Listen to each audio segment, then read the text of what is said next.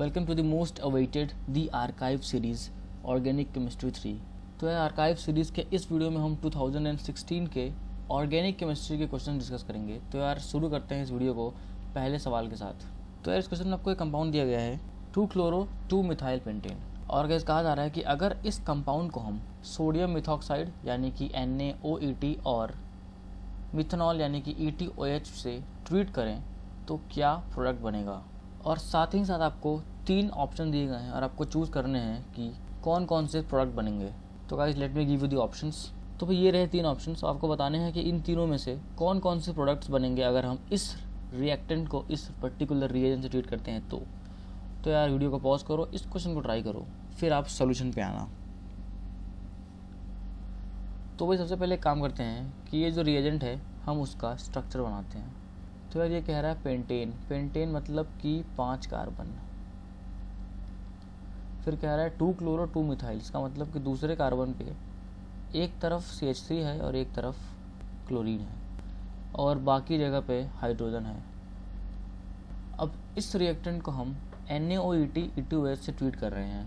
तो यार एक पार्ट ये हो गया कि ये जो OET माइनस है वो एक स्ट्रॉन्ग न्यूक्लियोफाइल है।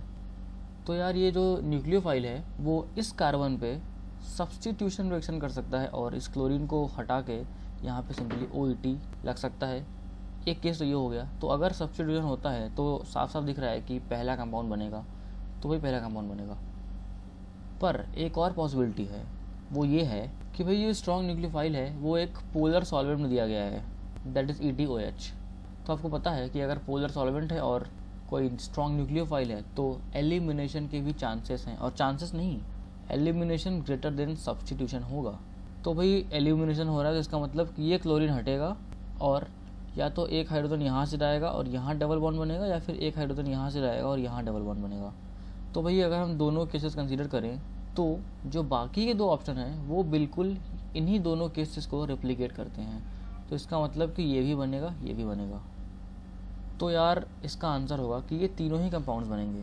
पर चूंकि एलिमिनेशन भारी पड़ रहा है सब्स्टिट्यूशन पे, तो ये दोनों मेजर प्रोडक्ट होंगे और ये काफ़ी कम मात्रा में बनेगा और ये आपका माइनर प्रोडक्ट होगा। और इन दोनों में भी तीसरा वाला ज़्यादा बनेगा दूसरे से। क्यों भाई? क्योंकि ये ज़्यादा अच्छा एल्कीन है। तो भाई इस क्वेश्चन का आंसर हो गया कि ये तीनों ही कंपाउंड्स बनेंगे। तो यार आप लोग सोच रहे हो कि अगर ये क्वेश्चन JEE मेंस में आ रहा है तो तीनों कैसे? तो यार तीनों ऐसे कि सिंपली ये क्वेश्चन दिया था, 3 कंपाउंड्स दिए थे, फिर 4 ऑप्शन दिए थे। 4 ऑप्शन में कह रहा था कि यार ओनली 1, कि 1 and 2, कि 2 and 3, और आखिरी ऑप्शन था ऑल ऑफ दीज। तो आपको उसी पे टिक लगाना था, ऑल ऑफ दीज पे। तो गाइस ये हो गया इस क्वेश्चन का आंसर। तो यार कमेंट करके बताओ कि क्या आपसे क्वेश्चन हो पाया, और अगर नहीं हो पाया तो ये बताओ कि आपने इस क्वेश्चन से क्या सीखा। तो guys let's move on to the second question of 2016 जो कि ऑर्गेनिक में आया था। तो यार इस क्वेश्चन में आपको एक कंपाउंड का फिशर प्रोडक्शन दिया गया था, दैट इज़ इस फिशर प्रोडक्शन का आपको एब्सोल्यूट कॉन्फ़िगरेशन बताना था। तो यार 4 ऑप्शन दिए गए थे, तो late me list that options for you. तो गाइस ये रही ये 4 ऑप्शन। इन 4 ऑप्शन में से बताना है कि इस सिस्टम की एब्सोल्यूट कॉन्फ़िगरेशन क्या है। तो गाइस ये क्वेश्चन सॉल्व होगा according to the CIP priority rule, जो कि काफ़ी रटी रटाई रूल है। तो यार इस क्वेश्चन को मैं यहाँ डिस्कस नहीं करने वाला। तो यार मैं आपको बता दूँ, सबसे पहले आप इसके कार्बन नहीं, इसकी जो मेन चेन है उसको आप नंबर से रैंक करोगे। तो यार यहाँ से स्टार्ट करोगे 1 2 3 और ये 4। तो यार यहाँ पे अगर हम एब्सोल्यूट कॉन्फ़िगरेशन की बात करें तो यार हम बात करेंगे दूसरे और तीसरे नंबर के कार्बन आइटम की। तो उसमें अगर हम प्रायोरिटी रूल लगाएं तो हमारा आंसर A निकल करके आएगा। तो यार अगर आप प्रायोरिटी रूल में लैग कर रहे हो तो यार एक बार वापस से अपने नोट्स खोलो, प्रायोरिटी रूल को रिवाइज करो। ये क्वेश्चन आपसे डेफिनेटली बन जाएगा क्योंकि ये काफ़ी ही आसान सवाल है। ज़्यादा डिस्कशन की ज़रूरत इस सवाल पे मुझे तो महसूस नहीं होती, पर फिर भी अगर आपको कोई डाउट है तो आप कमेंट सेक्शन में पूछो, आई आंसर इट देयर। तो भाई let's move on to the next question. तो इस क्वेश्चन में आपको ऑप्शंस में 4 कंपाउंड्स दिए गए हैं और पूछा गया है कि इन चारों कंपाउंड में से थायोल ग्रुप कहाँ पे है। तो यार let me list to the 4 compounds. तो यार ये क्वेश्चन तो सिर्फ इस बात पे है कि अगर आपको इन चारों कंपाउंड्स के स्ट्रक्चर्स ध्यान में हैं तो आप बता दोगे कहाँ कहाँ पे थायोल यानी कि SH ग्रुप है। तो यार काफ़ी अजीब सा सवाल है ये। अजीब सा इसलिए कि यार सारे स्ट्रक्चर्स आपको ध्यान में होने चाहिए इसके लिए। तो यार अगर मैं बात करूँ इस क्वेश्चन के आंसर की, तो इसका आंसर है बी, दैट इज सिस्टीन। तो यार सिस्टीन में थायराइड ग्रुप होता है, क्योंकि सिस्टीन का अगर मैं स्ट्रक्चर ड्रॉ करूँ तो वो कुछ ऐसा होता है, COH, यहाँ पे SH और यहाँ पे NH2, और जो बाकी 3 कंपाउंड्स है वहाँ पे कोई भी थायराइड ग्रुप नहीं होता। तो यार वेरिफिकेशन के लिए मैं इन तीनों के स्ट्रक्चर्स एक बार ड्रॉ कर देता हूँ। तो गाइस ये रहे बाकी 3 कंपाउंड के स्ट्रक्चर, और इन तीनों में कहीं भी ये थाइयोल यानी कि SH ग्रुप नहीं है। तो यार इस क्वेश्चन का आंसर हो जाएगा बी। तो यार let's move to the next question. तो यार ये काफ़ी सिंपल सा क्वेश्चन है। इसमें पूछा जा रहा है कि हॉफमैन ब्रोमामाइड डिग्रेडेशन रिएक्शन में कितने मोल्स NaOH के यूज़ होते हैं और कितने मोल्स Br2 के यूज़ होते हैं, अगर हम बात कर रहे हैं पर मोल अमीन प्रोडक्शन की।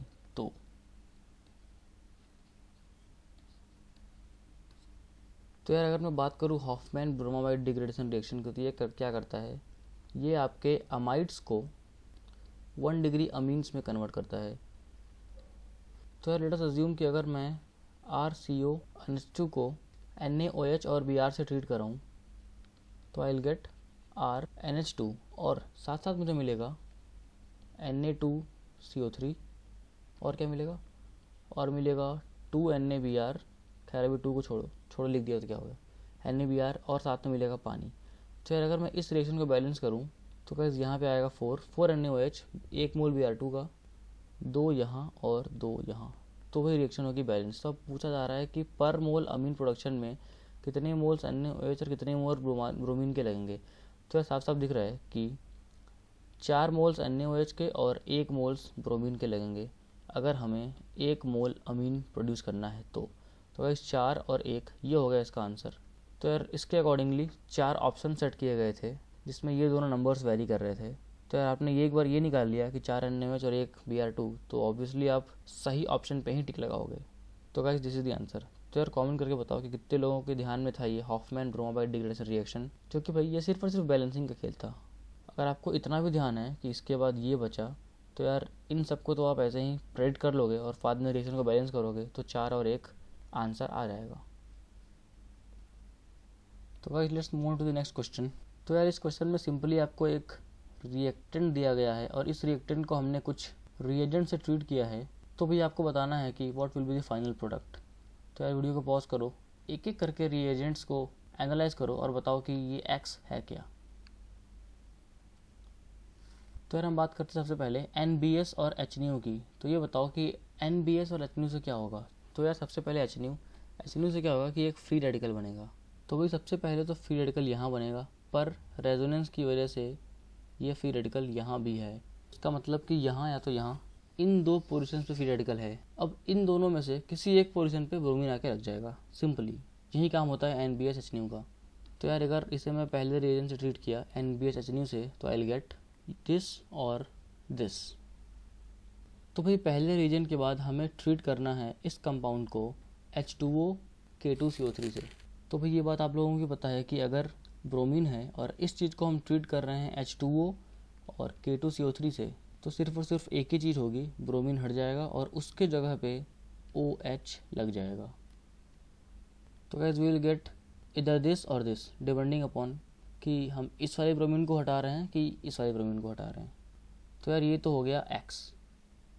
तो ये एक बार X निकल गया तो ऑप्शंस देख करके हम इस X पे टिक लगा देंगे और वही अपना सही आंसर होगा। तो guys let's move to the next question.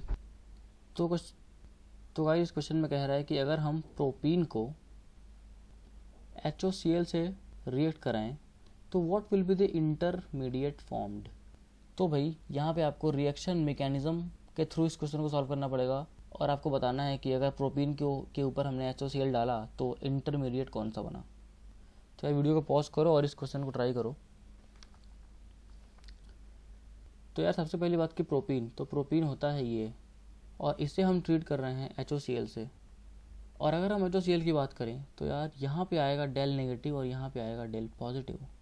तो भाई यहाँ पे इलेक्ट्रोफिलिक एडिशन होगा और इस पॉजिटिव सेंटर पे यानी कि क्लोरीन की तरफ से ये डबल बॉन्ड अटैक करेगा कुछ इस तरह से और ये चल फिरेगा, और जो इंटरमीडिएट हमें मिलेगा वो आएगा CH3CH, यहाँ पे आ गया पॉजिटिव चार्ज और CH2 के साथ आ गया Cl भाई, प्लस HO माइनस तक है, उसे छोड़ो क्या, अपना काम तो हो गया, अपने को इंटरमीडिएट निकालना था, तो ये आ गया इंटरमीडिएट। अब अगले स्टेप में क्या होगा कि ये OH माइनस खाली तो बैठेगा नहीं, तो वो सिंपली इस पॉजिटिव सेंटर पे अटैक करेगा। तो अभी के लिए तो इंटरमीडिएट, तो यार ये तो हो गया intermediate, and that's the answer. तो गाइस ये 6 सवाल आए थे 2016 के पेपर में ऑर्गेनिक केमिस्ट्री से। तो यार कमेंट करके बताओ कि इनमें से कितने सवाल आपसे हो गए, और अगर कोई पर्टिकुलर क्वेश्चन में आपको अभी भी डाउट है तो यार कमेंट सेक्शन में पूछो, I will answer it there. तब तक के लिए all the best for your JEE preparation. मिलते हैं अगले वीडियो में with some more previous year questions of the year 2017।